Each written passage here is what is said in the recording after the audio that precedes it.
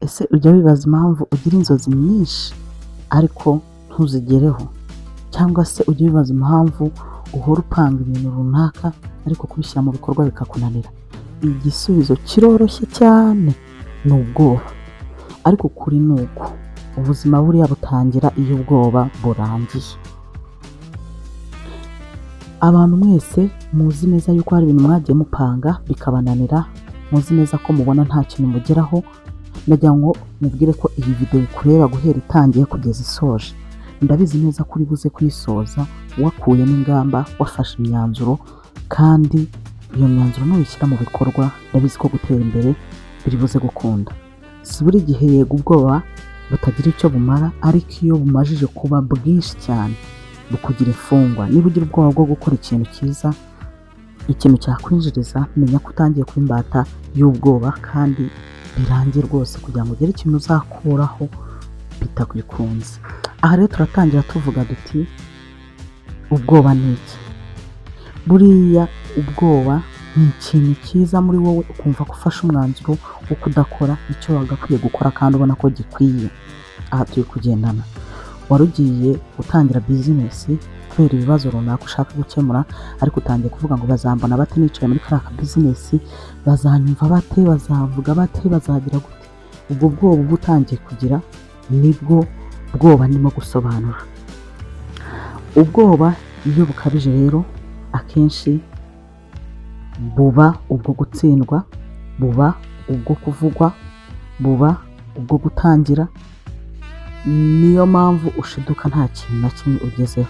Aha niho abantu benshi bahera bapfa inzozi zabo zitaranavuka. Impamvu ubwoba bukubuza kubaho: ubwoba bwo kukubwira ngo ntuzabishobora, abandi bazaguseka, ntabwo ari wowe wa mbere ukoze ibi bintu, abandi byarabananiye. Aha niho ubwoba bukuburiza kubaho. Ibaze nawe ko ufite ijwi rikubwira ngo ntuzabishobora, abandi bazaguseka, si wowe wa mbere, abandi byarabananiye. Ariko akenshi ubwoba rwose burabeshya, niko kuri guhari.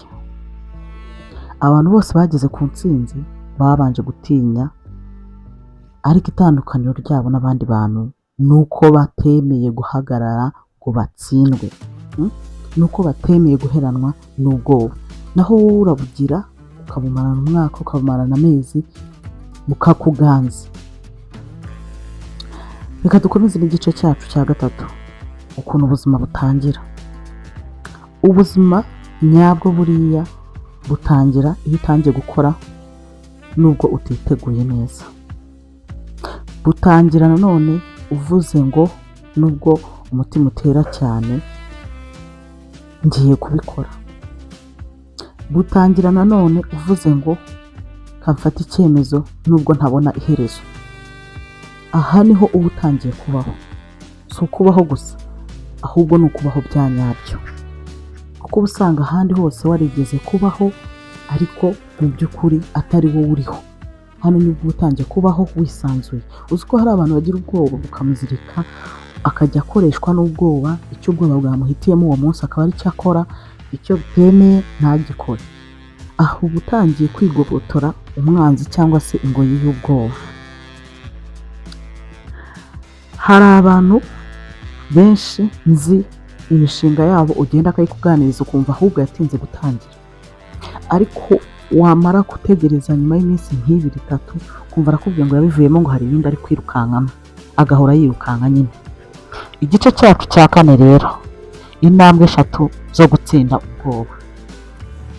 Emera ko ufite ubwoba, icyo kirahagije, ntubuhunge. 2, tangira buhoro buhoro, ntutegereze kuba perfect cyangwa ko ibintu bizuzura. Aha niho njya mbwira abantu ngo n'ibyari igishoro kizaboneka gihagije. Uko utinda gukora, kutinda gutangira, idolari ryo ririmo rirazamuka. Nujya kurangura uzasanga miliyoni 5 ufite nta kintu uzarangura. Witegereza kuba perfect cyangwa gukora ngo ibintu bisa neza, ngo abantu bazabona bisa neza. No, we tangira. 3, fata igikorwa byibuze buri munsi uri bukore. Niyo byaba ari ukuvuga ngo kandebe ukuntu uyu munsi nafungura YouTube channel, TikTok, iki ntinyuke mvuge ngire gute n'ibindi byinshi, reka nige ukuntu basiga inzara mbyigire online, nshaka umuntu musige wiyaminiye koko. Ahangaha uba urimo gutangira gushyira mu bikorwa gahunda yo gutinyuka kugira ikintu ukora. Ariko iyo ukomeje kumva ngo nzabitangira nabonye igishoro, ngo nabonye inzu nziza, ngo nabaye umugore, ngo mfite abana, ngo nyuma yo kubyara, uhorana muri ubwo bwoba ukarinda ugera muri pasiyo nta kintu na kimwe bimariye. Kwihangana iyo uteranyijeho gutinyuka bivamo impinduka. Hari ubuzima bwiza bugutegereje ariko buri inyuma y'ubwoba bwawe. Uyu munsi uraza guhitamo gukomeza gutinya cyangwa gutangira kubaho. Ndabizi neza ko niba wumva neza icyo nshatse kuvuga, ubwoba bushobora kukubuza gushaka, ubwoba bushobora kukubuza kwiteza imbere, ubwoba bushobora kukubuza gutanga business, bushobora kukubuza kwa applying akazi ukavuga uti abakandida bari hano hanze ngiye nzakavana he. Ubwoba bushobora kukubuza kwiyambarira neza ngo bari buze kundeba bate, ngo baraza kumvuga bate. Ibyo bintu nongere mbishimangire mbere yuko video yacu igera ku musozo. Niba uzi neza ko wisanga ufite utwo tumenyetso twonyine, menya neza ko ubwoba bwarakuganje bwakugize imbata. So ubwoba rero bushira ryari? Ubwoba ntibugira igihe buzashirira. N'uyu mwanya none tuvuga nafashe umwanzuro, ubwoba buba burangiye. Kandi ubwoba abandi bantu bazi kwizera ubwoba n'abazimu. Uzi kubona umuntu ajya gupresenta akabira icyuya, uzi kubona umuntu ajya muri interview kuvuga bigahita byanga kubera ubwoba, yajya kuvuga ngo ijwi ngo baraguseka. So niba ubyumva neza urabyumva icyo nshatse kuvuga, ko ubwoba atari ikintu cyo kuba ugishyigikira mu buzima bwawe. Buzakubuza gushaka, buzakubuza kwiga, buzakubuza kubona akazi, buzakubuza gukora business. Ujye uhora uvuga ngo nzabikora ejo. Kandi mu by'ukuri ubuzima ni uguhozaho, ubuzima ni ugutinyuka, ubuzima ni ukwihangana. Ibyo bintu bitatu mvuze nibyo bigize iterambere ry'umuntu, haba financially, haba no mu bundi buryo bwose bushoboka cyangwa se dusanzwe twese tuziranyeho. Kandi subscribe niba ushaka izindi video zigufasha kwiteza imbere nk'izi. Kora like kugira ngo tubone ko turi kumwe.